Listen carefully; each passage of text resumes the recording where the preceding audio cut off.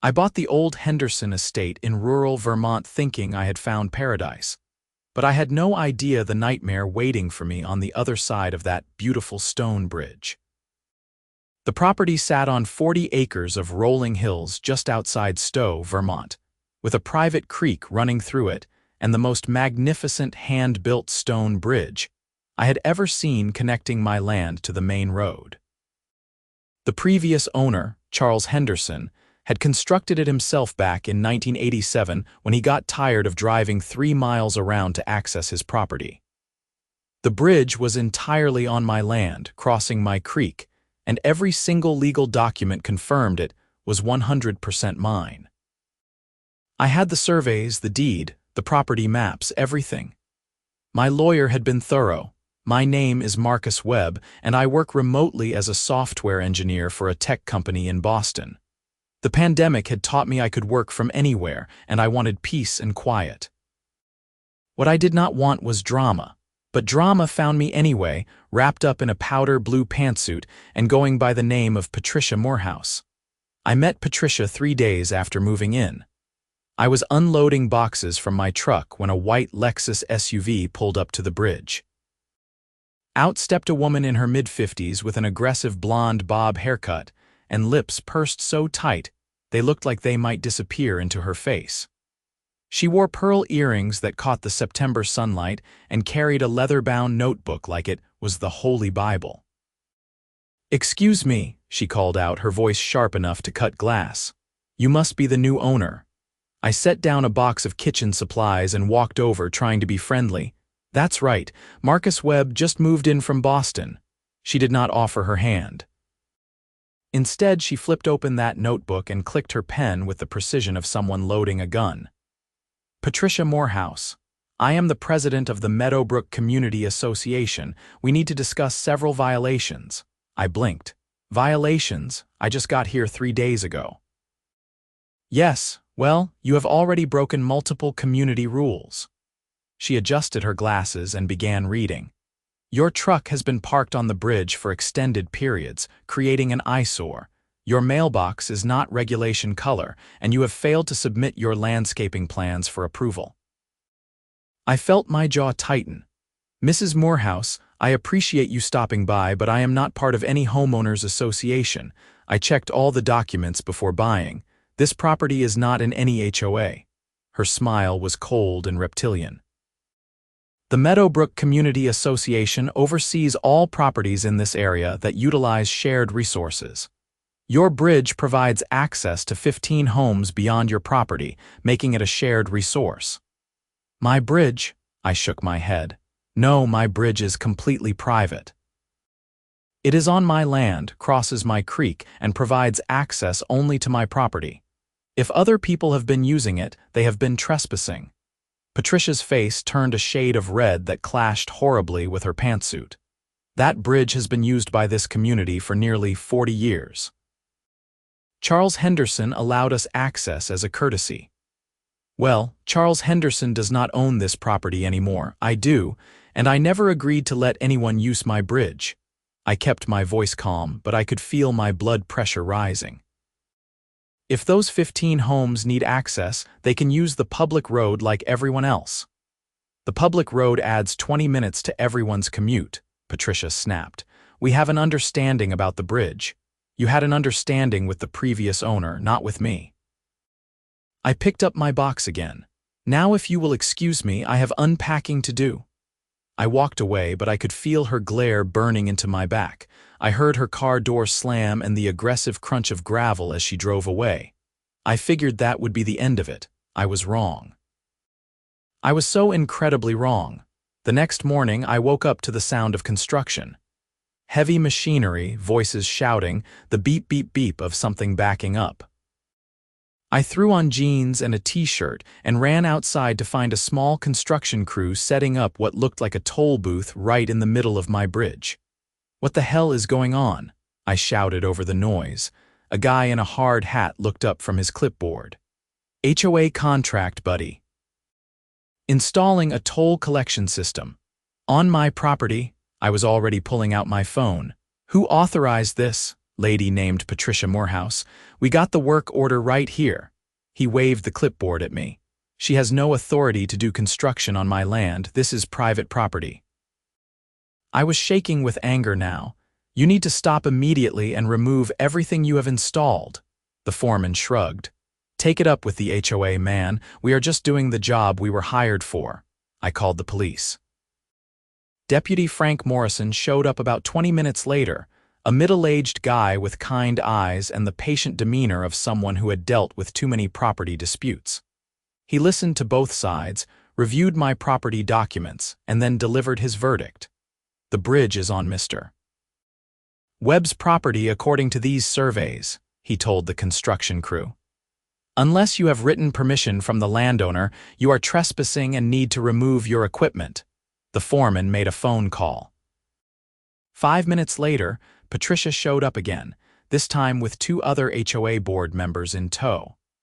One was a thin man named Gerald with a comb-over that defied physics. The other was a woman named Susan with a face frozen in what looked like permanent disapproval. Deputy Morrison, this is a community matter, Patricia said smoothly.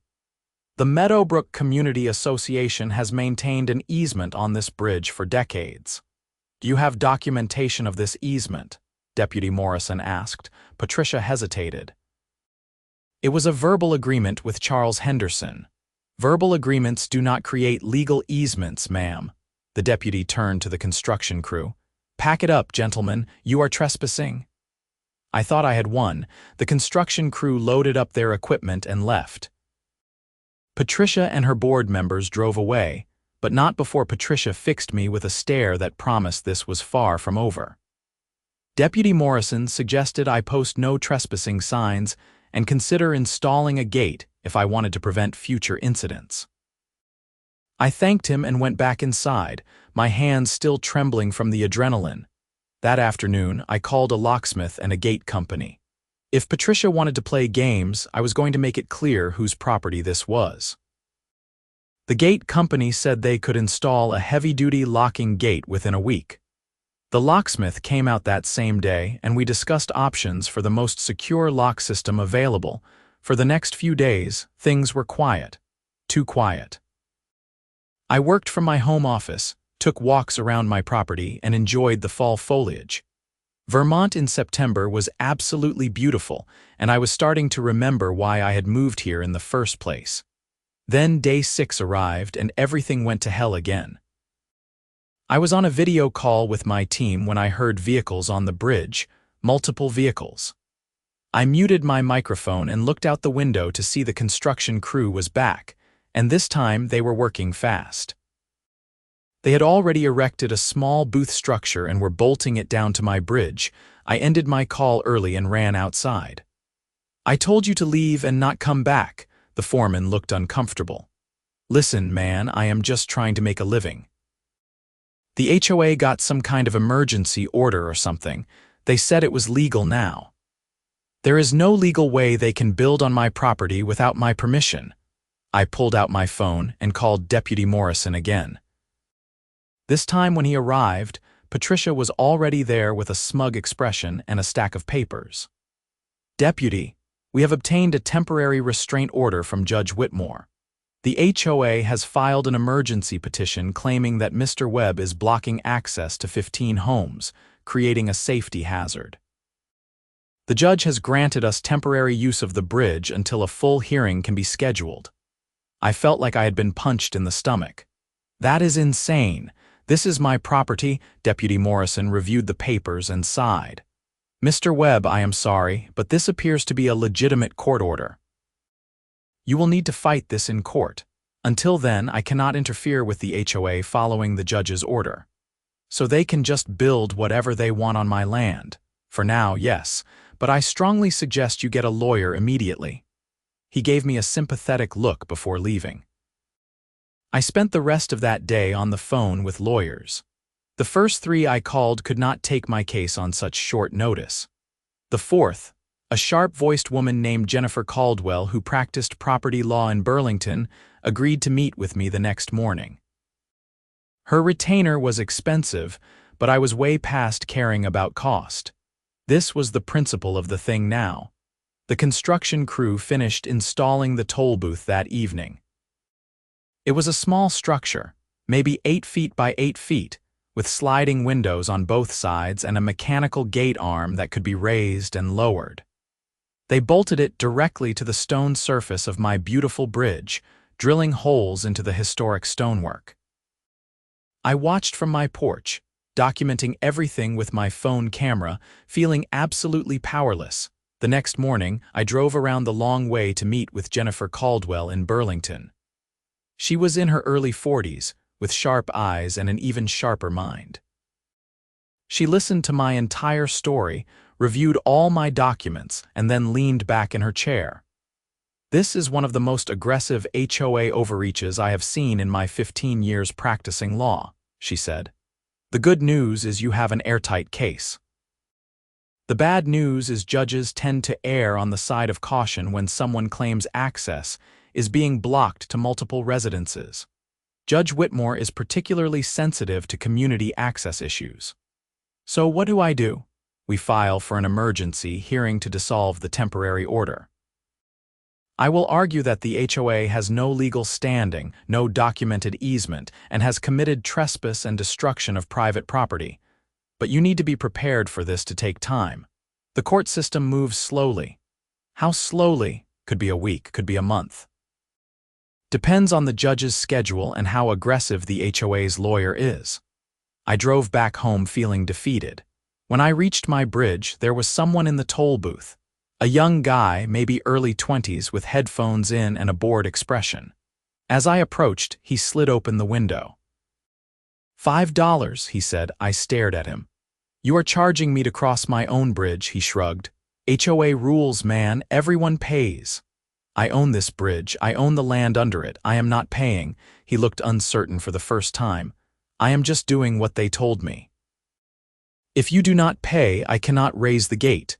Then I will drive around." I threw my car in reverse and took the long way home, adding 40 minutes to what should have been a 20-minute drive. When I finally got to my house from the other direction, I was fuming.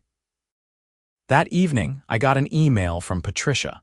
It was professionally written but dripped with passive aggression. "Dear Mr. Webb, please be advised that the Meadowbrook Community Association has implemented a toll system on the community bridge to offset maintenance costs. As a resident, your monthly toll fee will be $250, payable at the beginning of each month. Failure to pay will result in denied access and potential legal action." I forwarded the email to Jennifer. She called me back within an hour. "This is extortion. They are charging you to use your own property. This actually helps our case. Forward me any other communications like this." The hearing was scheduled for 3 weeks out. 3 weeks of driving 40 minutes out of my way every single day because I refused to pay a toll on my own bridge. 3 weeks of watching a stranger sit in that booth on my property, collecting money from my neighbors who drove across my land. 3 weeks of my blood pressure rising every single day. I tried to stay calm. I documented everything. I took photographs, recorded video, kept a detailed log of every toll collection I witnessed. Jennifer said it would all help our case, but I could feel something building inside me, a rage that I was not accustomed to feeling. I am generally a calm person. I avoid confrontation. I like my quiet life and my remote work and my peace. But this situation was pushing me to my limits. On day 12 of the 3-week wait, Patricia sent another email. "Dear homeowners, the community bridge toll system has been highly successful. We have collected sufficient funds to implement Phase 2, bridge improvements and community oversight. Beginning next Monday, the toll will increase to $8 per crossing to fund these important upgrades. Bridge improvements, on my bridge, with my money if I paid the toll. Using funds collected from people trespassing on my property. I sat at my desk and felt something inside me snap. I called the gate company. How soon can you install that gate? We have an opening tomorrow, actually. Someone canceled.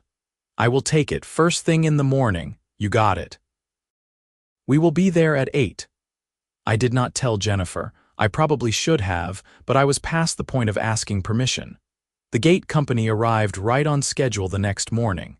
They were professional and fast, installing a heavy-duty steel gate right at the entrance to the bridge on my side. It was 12 feet wide, 8 feet tall, and came with the most advanced lock system the company offered. Only I would have the keys and the code. The installation took about 4 hours. The toll booth operator watched nervously from his perch but did not say anything. He probably figured it was not his problem. When the crew finished and left, I stood there with the keys and the code in my hand, looking at that gate. Then I looked at the toll booth. Then I made a decision that I knew would cause absolute chaos. I walked over to the toll booth. The operator slid open the window. "Yeah, I need you to leave now. This is private property and you are trespassing." "I am here on behalf of the HOA, man. I got paperwork." "Your paperwork is based on a temporary court order that violates my property rights." "I am installing my own security measures. You need to leave." He looked uncertain. "I should probably call Patricia." "You can call whoever you want, but you need to do it from somewhere that is not my bridge." I pulled out my phone. "Or I can call the police and have you removed for trespassing." He gathered his stuff and left, making a phone call as he walked. I gave him 5 minutes to clear the bridge, and then I closed the gate and locked it. The heavy steel clicked into place with a satisfying sound. I walked back to my house and waited. It took Patricia 15 minutes to arrive. I watched from my porch as her white Lexus screeched to a halt in front of the closed gate. She got out and stared at it, her face going through several shades of red and purple. Then she started pounding on the gate. "Marcus Webb, open this gate immediately." I walked down to meet her, staying on my side. "Can I help you? You cannot lock this gate. People need access. People need access to my private property." "That is interesting, because last I checked, this bridge is mine and I never gave anyone permission to use it. We have a court order." "You have a temporary order that is being challenged. It says nothing about me having to keep the gate open. I am securing my property, which is my right as the landowner." Another car pulled up behind Patricia, then another. Within 20 minutes, there were 8 cars lined up, all of them residents from beyond my property who used the bridge as their shortcut. People were getting out, shouting, taking pictures with their phones. It was absolute chaos. Gerald, the HOA vice president with the impossible comb-over, pushed his way to the front. "You are blocking access to 15 homes. This is illegal." "No, you using my property without permission is illegal. You installing a toll booth on my bridge is illegal. You drilling holes in my historic stone bridge is property damage. What I am doing is securing my own land." "But we will have to drive all the way around." A woman I did not recognize was shouting now. "That adds 40 minutes. "Then you should have thought about that before your HOA decided to wage war on the property owner whose land you have been trespassing on."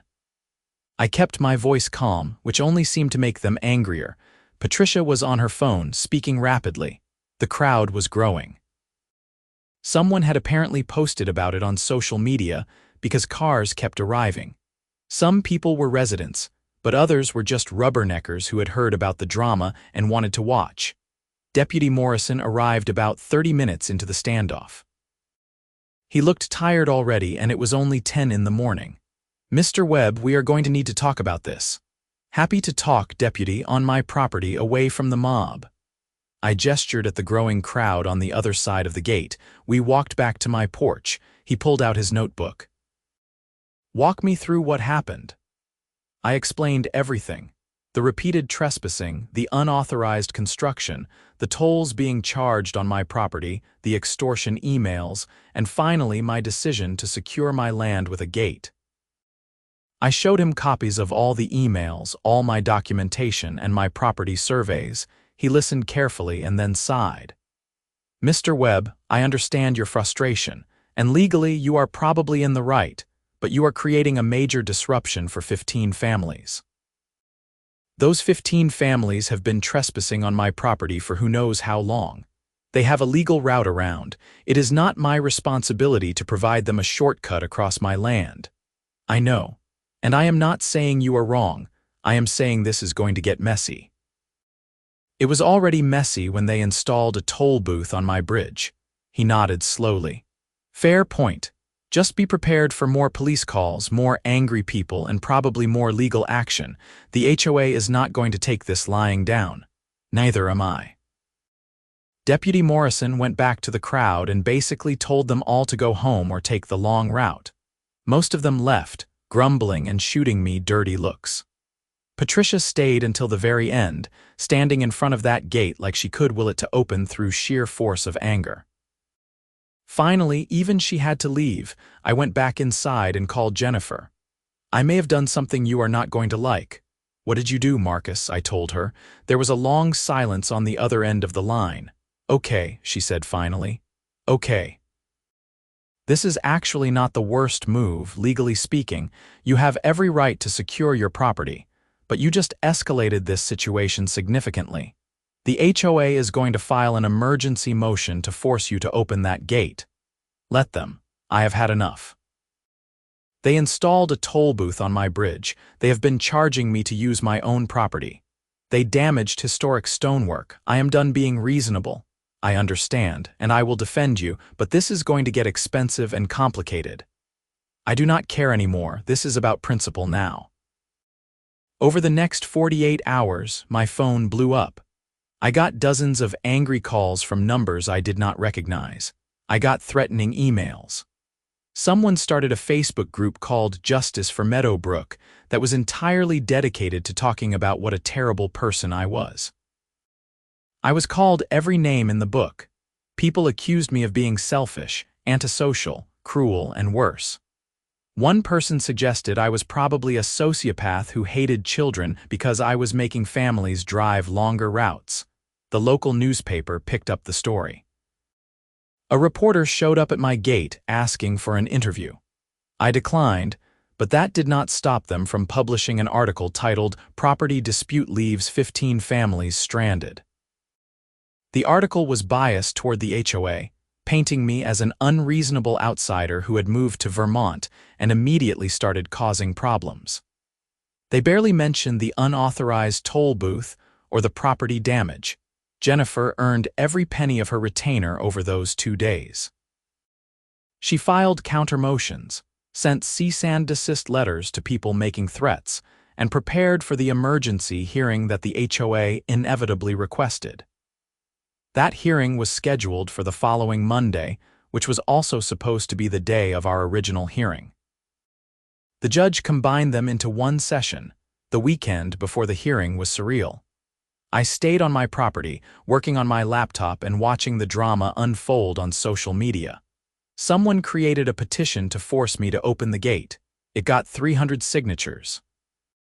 Patricia gave an interview to the local news station where she cried actual tears talking about how the community had been torn apart by one selfish man. She did not mention the toll booth even once. Sunday evening, I got a call from an unknown number. Against my better judgment, I answered, "Mr. Webb, this is Deanne Hartley. I live in one of the homes past your bridge." I braced myself for more yelling. "Yes," I wanted to apologize. Her voice was quiet, almost timid. "I just found out about the toll booth, about what the HOA was doing on your property. Patricia told us you were just being difficult about some minor permits, not that she had installed a toll booth on your private bridge without permission." I was so surprised I did not know what to say for a moment. "Thank you, I appreciate that. A few of us have been doing research. We found the old surveys. That bridge has always been private property. Charles Henderson let us use it as a courtesy, but he never created a legal easement. Patricia has been lying to everyone. That matches everything my lawyer found. I am going to testify at the hearing tomorrow if the judge allows it. What Patricia did was wrong. We should have to use the public road if we do not have legal access. That is how property rights work." She paused. "I am sorry you have been harassed. Not everyone in the community supports what the HOA has done." We talked for a few more minutes. She gave me her email address and said several other residents were willing to testify on my behalf if needed. After we hung up, I felt a tiny bit of the weight lift off my shoulders. At least some people understood what was actually happening here. Monday morning arrived gray and drizzly, perfect weather for a court hearing. I put on my only suit, grabbed all my documentation, and drove to the courthouse in Montpelier. Jennifer met me outside, looking professional and confident in a navy pantsuit with her briefcase in hand. "Are you ready for this?" she asked, "as ready as I will ever be." The courtroom was packed. Patricia and the entire HOA board sat on one side with their lawyer, a slick-looking guy in an expensive suit named Richard Blackwell. Behind them sat dozens of community members, all shooting me hostile looks. On my side, it was just Jennifer and me at first, but then Deanne Hartley arrived with 3 other residents who nodded at me politely. Judge Whitmore was a stern-looking woman in her 60s with gray hair pulled back in a bun and reading glasses on a chain around her neck. She surveyed the packed courtroom with obvious displeasure. "This is a civil property dispute, not a circus," she said firmly. "I expect everyone to remain quiet or you will be removed. Am I clear?" Everyone nodded or murmured agreement. "Good, let's begin, Mr. Blackwell, you filed the original emergency petition. Make your case." Richard Blackwell stood up smoothly. "Thank you, Your Honor. The Meadowbrook Community Association represents over 100 families in this area. 15 of those families rely on the bridge crossing Mr. Webb's property to access their homes. This bridge has been in continuous community use for 38 years. When my clients attempted to formalize this access and implement reasonable maintenance measures, Mr. Webb reacted by installing a locked gate and completely blocking access, creating a genuine emergency situation. Families with children cannot get to school. Emergency vehicles cannot reach homes. This is a public safety crisis created by one individual's refusal to act reasonably. He spoke for another 10 minutes, painting me as an unreasonable tyrant who had trapped 15 families and endangered children. He did not mention the toll booth once. He made it sound like the HOA had just wanted to put up a little maintenance booth and I had gone nuclear in response. When he finished, Judge Whitmore turned to Jennifer. "Miss Caldwell," Jennifer stood, and I could immediately see why her retainer was so expensive. She commanded the room. "Your Honor, Mr. Blackwell has presented a carefully edited version of events that omits the most crucial facts. First, Mr. Webb is the sole legal owner of this bridge and the land it sits on. There is no recorded easement, no legal agreement, and no community right to use this property. Charles Henderson, the previous owner, allowed neighbors to cross as a courtesy, but courtesy is not a legal right." She pulled out a large photograph and showed it to the judge. "This is what Mr. Blackwell called a maintenance booth.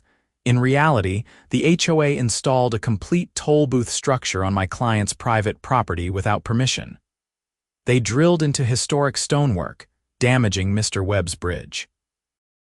They then staffed this booth and charged people $8 per crossing, collecting revenue from trespassing on my client's land." A murmur went through the courtroom. Judge Whitmore held up her hand for silence and examined the photograph closely. Jennifer continued.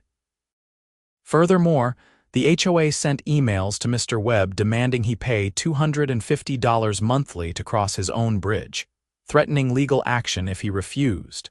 This is not maintenance, Your Honor. This is extortion and theft of property rights." She presented the emails, the photographs, the construction invoices that showed the HOA had paid $12,000 to install the toll booth. She showed the property surveys, the deed, everything. She was methodical and devastating.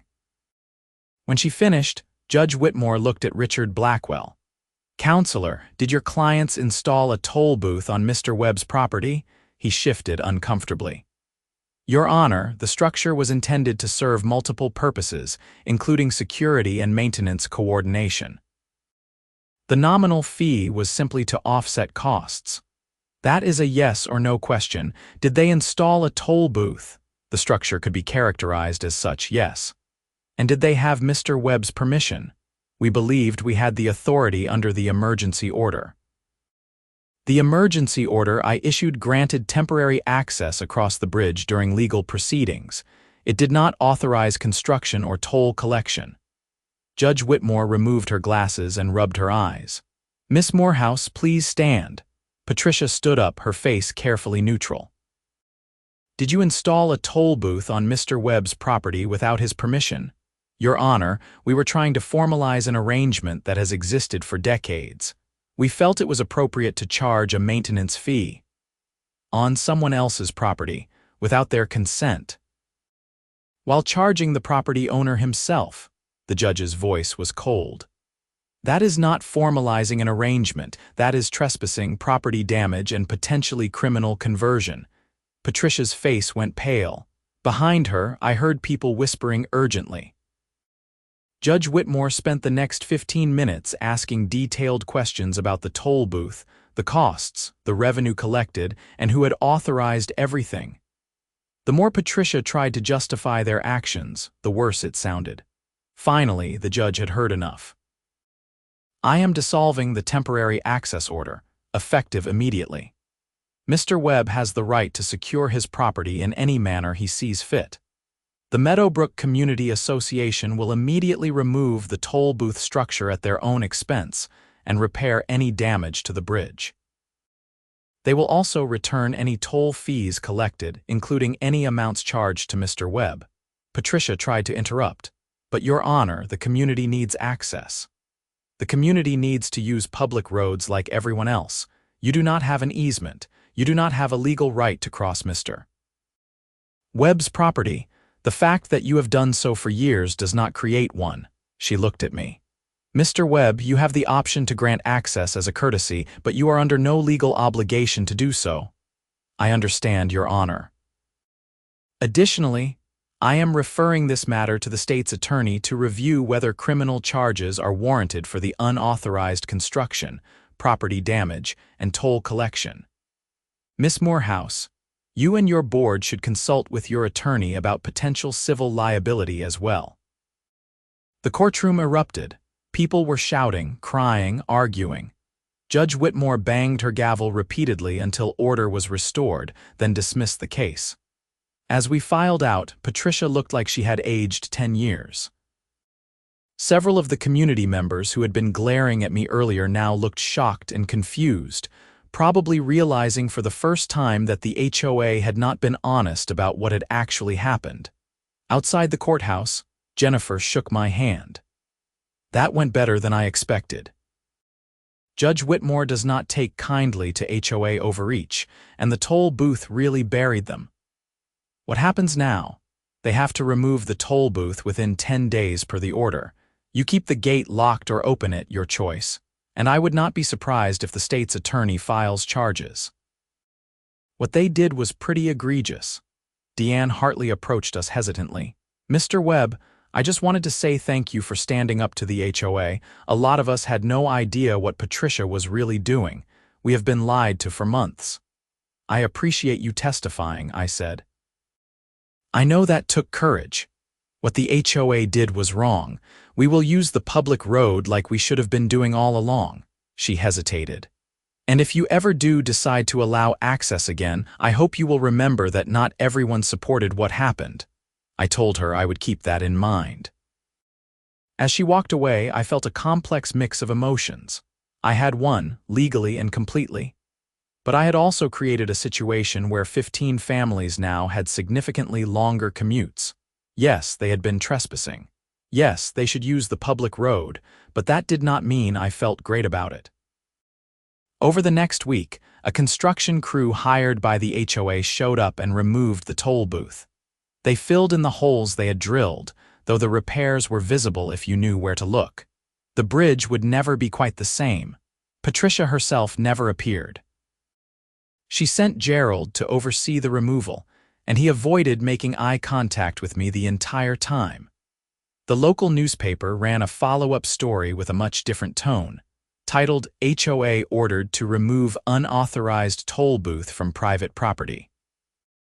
This article included all the details about the toll collection, the property damage, and the emails demanding money from me. Public opinion shifted dramatically.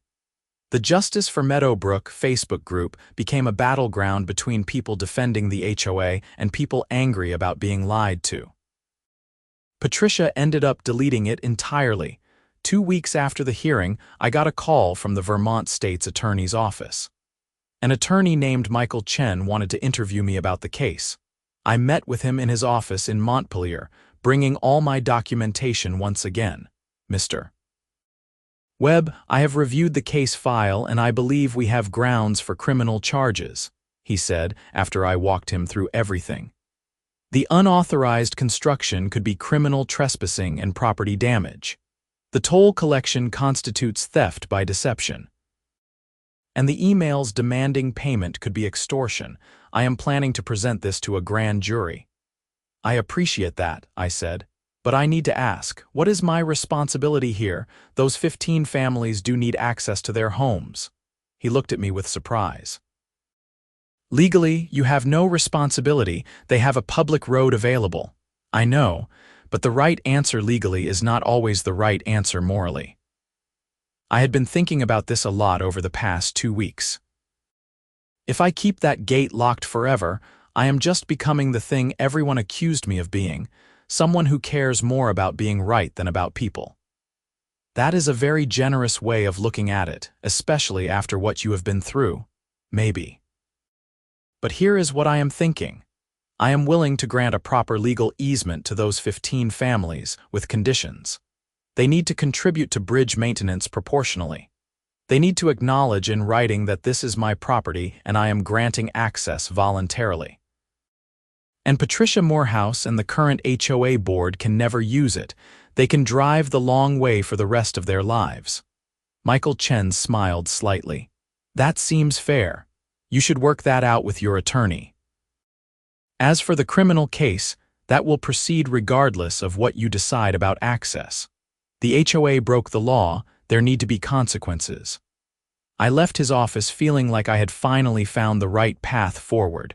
This was never really about the bridge or the access or even the money. It was about respect. Patricia and the HOA had treated me and my property with utter contempt. They had lied, trespassed, damaged my property, and tried to extort me. They needed to face consequences for that. But the families who had just been caught in the middle did not deserve to be punished forever because their HOA president was a nightmare. I called Jennifer and explained my idea. She thought it was reasonable and said she would draft an easement agreement.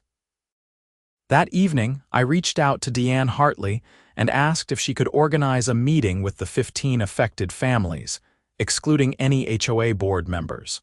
We met at a local coffee shop in Stowe 2 days later. 12 of the 15 families sent representatives. I stood up in front of this group of people who had been furious at me just weeks earlier and explained my proposal. I want to be clear about something, I started. The bridge is my property. Legally, I have no obligation to let anyone use it. But I also understand that you have been using it for years, and changing that routine is difficult. So here is what I am proposing. I outlined the easement agreement, shared maintenance costs, written acknowledgement of my property rights, and permanent denial of access to Patricia Morehouse and the HOA board members who had been involved in the Tollbooth scheme. Several people looked surprised. A few looked relieved. One older man raised his hand. Why would you do this after everything that happened? Because you are not the ones who wronged me. Patricia and the HOA board did. You were just using a route you thought you had permission to use. I am not interested in punishing people who did not do anything wrong. A woman in her 30s spoke up. What about the maintenance costs? How would that work? My lawyer has drafted a proposal. Essentially, we would split the costs proportionally based on usage. I own the bridge, so I would cover the majority. You would each contribute a small annual amount to a maintenance fund. If major repairs are needed, we would figure out a fair split at that time. We spent an hour discussing details, answering questions, and addressing concerns. By the end of the meeting, 11 of the 12 families present agreed to the terms. The 12th wanted to review it with their own attorney first, which was perfectly reasonable. I left that meeting feeling genuinely good for the first time since this whole mess started. The easement agreements were finalized over the next 3 weeks. Jennifer drew up individual contracts for each family. They were detailed, specific, and airtight. Each family acknowledged in writing that they were being granted access as a courtesy, that I maintained full ownership and control, and that the easement could be revoked if terms were violated. In exchange, I agreed to maintain the bridge and give reasonable notice before any closures for repairs. All 15 families eventually signed. I opened the gate and removed the lock, replacing it with a simple chain that could be lowered when I needed to do maintenance. Life started to return to normal, or at least to a new normal. Meanwhile, the criminal case moved forward. A grand jury indicted Patricia Morehouse on charges of criminal trespassing, criminal mischief for the property damage, theft by deception for the toll collection, and attempted extortion for the emails demanding payment from me. Gerald and Susan, the other board members, were charged as co-conspirators. The story made regional news.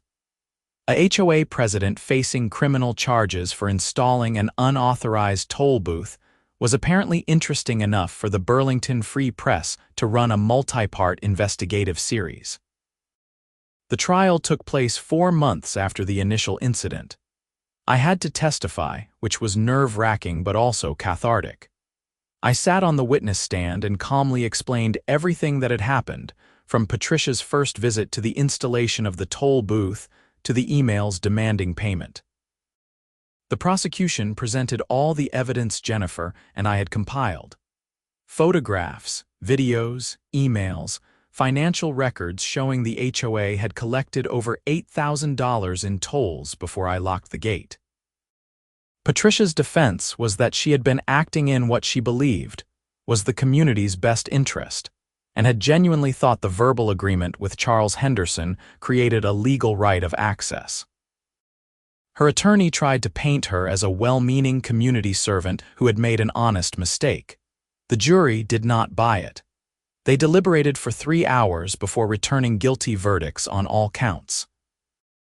The judge sentenced Patricia to 6 months in jail, suspended after 30 days, 2 years of probation, and ordered her to pay full restitution for the bridge repairs, plus all the toll money collected. Gerald and Susan got probation and community service. The HOA itself was fined $15,000 and ordered to dissolve its board and restructure under court supervision. I watched from the gallery as Patricia was led away to begin her 30-day jail sentence. Part of me felt satisfied. She had broken the law and was facing consequences. But another part of me just felt tired. This had consumed nearly a year of my life. I had moved to Vermont for peace and quiet and instead got months of stress, legal bills, and conflict. After the sentencing, I walked out of the courthouse to find a small group of reporters waiting. They asked me how I felt about the verdict, whether I thought justice had been served, whether I had any message for the community. I kept my answers brief. I never wanted any of this, I said. I just wanted to be left alone on my own property. The HOA chose to escalate things by breaking the law. I am glad there were consequences, but I am mostly just glad it is over. Will you continue to allow community access to your bridge? Yes. I have signed easement agreements with the families who need access. We have a good arrangement now based on respect and proper legal documentation. That is how it should have been from the beginning. I drove home to my property in Stowe, pulled up to my bridge without a gate or a toll booth, just my beautiful old stone bridge the way it was meant to be. I parked at my house and sat on the porch, looking out over the Vermont hills in the late afternoon sun. My phone buzzed with messages from friends and family who had seen the news coverage, but I ignored it for the moment. I just wanted to sit in the quiet. Deanne Hartley stopped by later that evening with a bottle of wine and a pie she had baked. "I thought you might want some company after the trial," she said, "unless you would rather be alone, which I completely understand. Company sounds nice, actually." We sat on the porch and talked about everything except the trial. She told me about her work as a teacher, about her kids, about life in Vermont. It was normal, pleasant conversation, and it felt like a balm after months of conflict. As the sun set and the stars came out, she asked the question I had been expecting.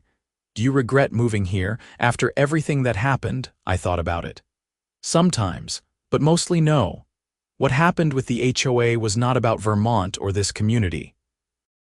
It was about one person who thought she could bully someone into giving up their rights. That could have happened anywhere. Patricia never represented most of us. I hope you know that. I do now. She left around 9 and I went inside to my quiet house.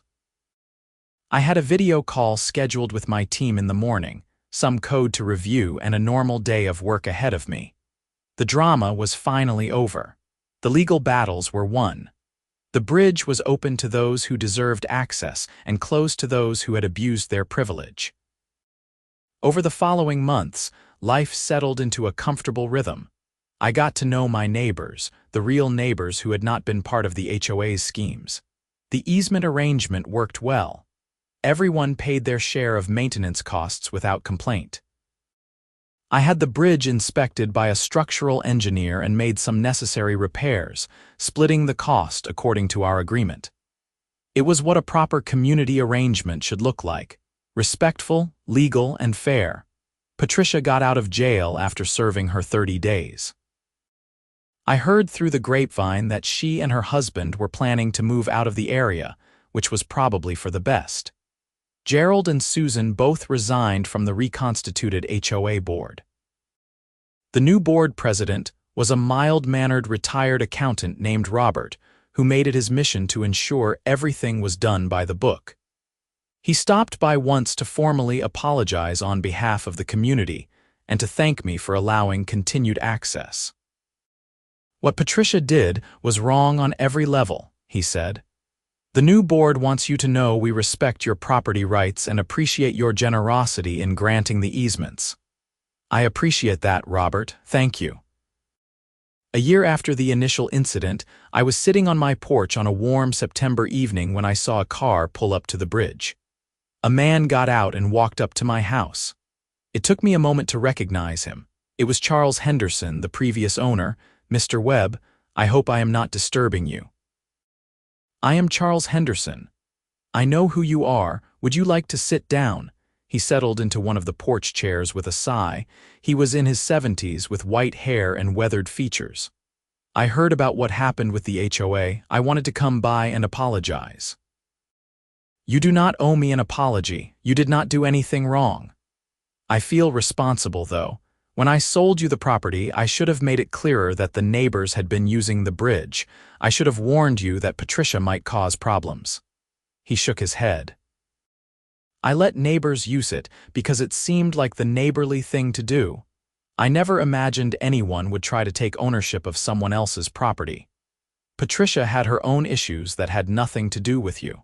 We talked for over an hour. He told me about building the bridge himself, about the years he had spent on this property, about why he had finally decided to sell and move to Florida to be near his grandchildren. He seemed like a genuinely kind man who had simply tried to be a good neighbor and had inadvertently created a situation where entitled people felt they had rights they never actually possessed. Before he left, he said something that stuck with me. "Property rights matter, Marcus. Standing up for them matters. I am glad the bridge ended up with someone who understood that." As I watched him drive away, I reflected on everything that had happened. The whole situation had been absurd from start to finish. An HOA installing a toll booth on private property, a legal battle over a bridge, criminal charges for what should have been a simple property dispute. It was the kind of story that sounded made up, but it had been my reality for months. The experience changed me in ways I had not expected. I was more aware of property rights now, more careful about legal documentation, more cautious about assuming people would act reasonably. But I was also more connected to my community, more willing to stand up for what was right even when it was difficult, and more appreciative of the people who had supported me through the chaos. I still live on that property in Stowe. I still work remotely, Still enjoy the peace and quiet, still love watching the seasons change over the Vermont hills. The bridge is still there, still beautiful despite the scars from where the toll booth was installed. It serves its purpose, allowing me and my neighbors to cross the creek and access our homes. Sometimes I think about that moment when I locked the gate and stranded the entire community. It was a dramatic move, probably more dramatic than necessary. But it was also the moment that forced everyone to confront the reality of what the HOA had been doing. Without that action, the illegal toll booth might still be there. Patricia might still be collecting money from people crossing someone else's property. The abuse might have continued indefinitely. Standing up for yourself is not always easy or comfortable. It often requires confrontation, conflict, and the willingness to be seen as the villain by people who do not understand the full story. But sometimes it is necessary. Sometimes the only way to stop someone from walking all over you is to put up a gate and make them find another way. I learned that lesson on a stone bridge in rural Vermont, and it is one I will carry with me for the rest of my life. Property rights matter. Respect matters. And sometimes, when someone installs a toll booth on your private bridge, the only reasonable response is to change the locks and remind everyone exactly whose property they are standing on. The story could have ended differently. I could have backed down, paid the extortion fees, accepted the violation of my rights in the name of avoiding conflict. Many people probably would have, but I chose to fight, and in the end, justice prevailed. The law worked the way it was supposed to work. The people who broke it faced consequences. And the community learned an important lesson about the difference between courtesy and entitlement. Now, on quiet evenings, I sit on my porch and watch cars cross my bridge, moving freely under the terms of properly executed easement agreements. The bridge serves everyone who needs it, but on my terms with respect for my property and my rights. That is how it always should have been. That is how it will remain, and if another HOA ever tries to install a toll booth on my property, well, I still have that gate in storage. And next time, I would not hesitate to use it.